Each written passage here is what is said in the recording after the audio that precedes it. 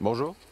Les détails concernant Godzilla X Kong le Nouvel Empire signalent que le nouveau méchant du film a en effet fait des dingueries bien avant ce film, qui, d'une part, lui a donné des pouvoirs, et d'une autre, le rendant responsable de tout ce qui se passe dans le Monsterverse. Et je vous en parle juste après ça.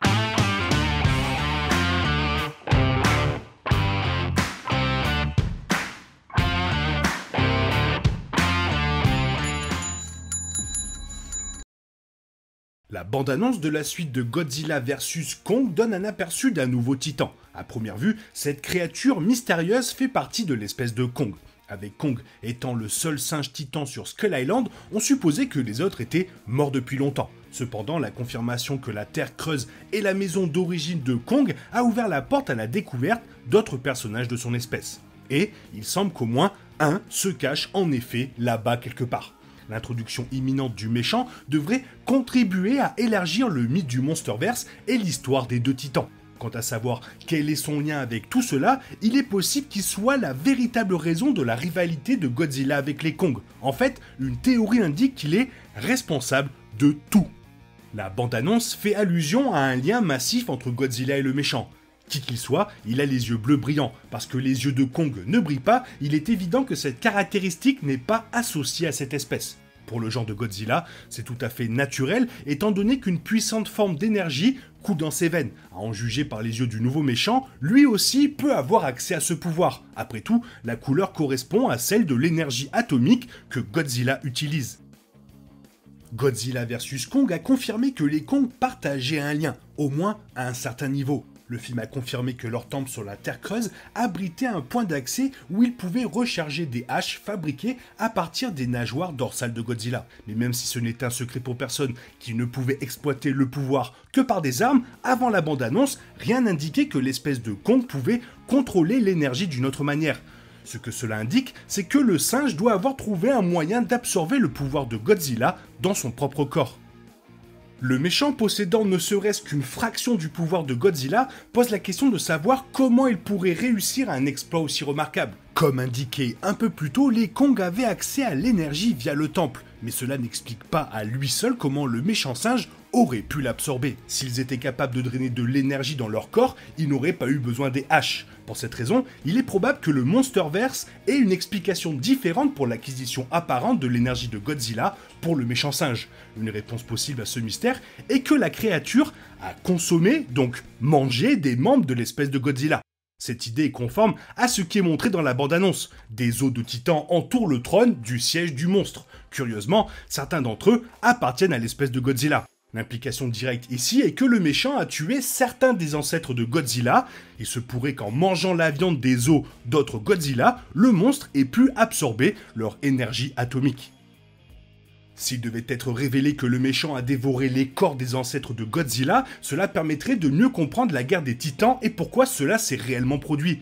Puisqu'il est démontré que le méchant Kong est assis sur un trône, il a peut-être été l'alpha des Kong, un rôle qui lui donnerait les moyens de déclencher une guerre avec les Godzilla. S'il avait cette autorité, il aurait peut-être délibérément orchestré la guerre des titans comme moyen d'atteindre ses propres objectifs personnels. S'il a convaincu les Kong que les Godzilla étaient une menace et a commencé une guerre, il aurait pu créer une opportunité de voler le pouvoir de Godzilla pour lui-même. S'il a volé l'énergie de Godzilla, il y a de fortes chances que la faute de la guerre des titans lui incombe, qu'il soit ou non le chef des Kong. Même s'il était une valeur aberrante de son espèce qui a agi de son propre chef, ses actions auraient malgré tout déclenché un conflit brutal entre les espèces. Si les Godzilla découvraient qu'un Kong les avait attaqués sans provocation et avait mangé leur corps, il va sans dire que cela aurait inspiré une certaine forme de représailles. Ce serait suffisant pour déclencher l'ancienne guerre des titans. De toute évidence, cela ferait du nouveau méchant le véritable ennemi de Godzilla et Kong depuis le début. S'il est vrai que le méchant a risqué une guerre entre son espèce et celle de Godzilla, cela en dit long sur les récompenses qu'il a dû récolter de ses efforts. Pour qu'il aille aussi loin, il va de soi que toute mise à niveau que le Kong aux yeux bleus a obtenue grâce au pouvoir de Godzilla était énorme. Drainer l'énergie l'a probablement considérablement renforcé. Cela a du sens, surtout si on garde à l'esprit qu'il est positionné pour servir de méchant majeur dans le film, sinon son antagoniste central. Après, quant à savoir en quoi cette mise à niveau pourrait consister, mis à part une forte augmentation de sa force physique, il est possible qu'elle lui ait accordé sa propre capacité de souffle atomique ou une autre méthode pour se décharger. Cela lui donnerait une arme supplémentaire dans son arsenal et une dont il pourrait avoir besoin dans le film. Pour devenir une menace de fin du monde, capable de défier Godzilla et Kong, un power-up substantiel serait nécessaire. Après tout, Godzilla vs Kong a prouvé que les Kong sont naturellement plus faibles que Godzilla, ce que Godzilla lui-même a fait avec ce pouvoir, comme faire exploser un trou jusqu'à la Terre creuse, prouve que cela peut faire une énorme différence dans le Monsterverse. Et si c'était pire qu'on croyait? Les luttes de Kong dans Kong Skull Island ont un lien intéressant avec l'ancienne guerre des titans entre ses ancêtres et ceux de Godzilla. Dans le générique d'ouverture de Godzilla vs Kong, une peinture murale représentant l'une des batailles de la guerre des titans comprenait curieusement une créature qui semble être Mothra, mais aussi un rampant.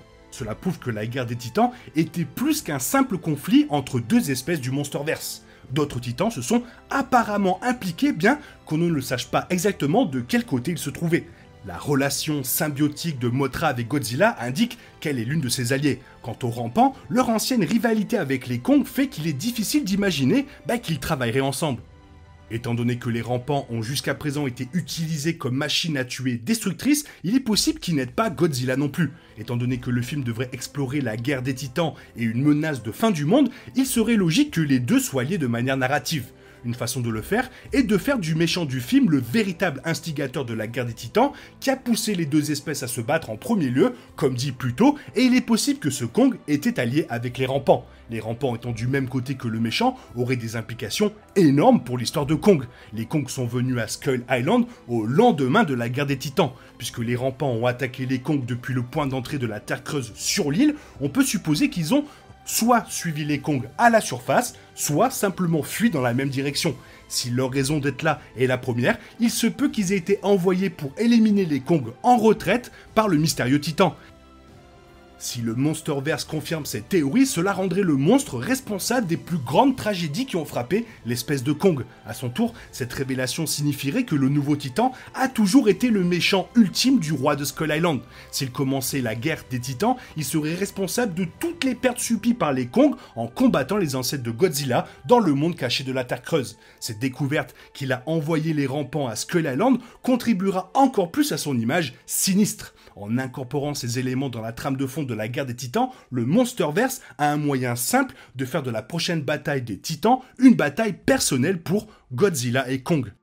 De plus, une éventuelle connexion pourrait avoir des retours majeurs pour l'action dans le film. Dans l'état actuel des choses, on ne sait pas exactement comment ce nouveau singe titan sera capable de défier physiquement Godzilla et Kong. Le titre complet soutient l'idée qu'il y aura une armée à diriger. Les membres survivants de l'espèce rampant pourraient être des sbires à la fois dans la guerre originale des titans et dans le combat à venir. Pour le battre, Godzilla et Kong devront peut-être d'abord passer à travers une légion de rampants.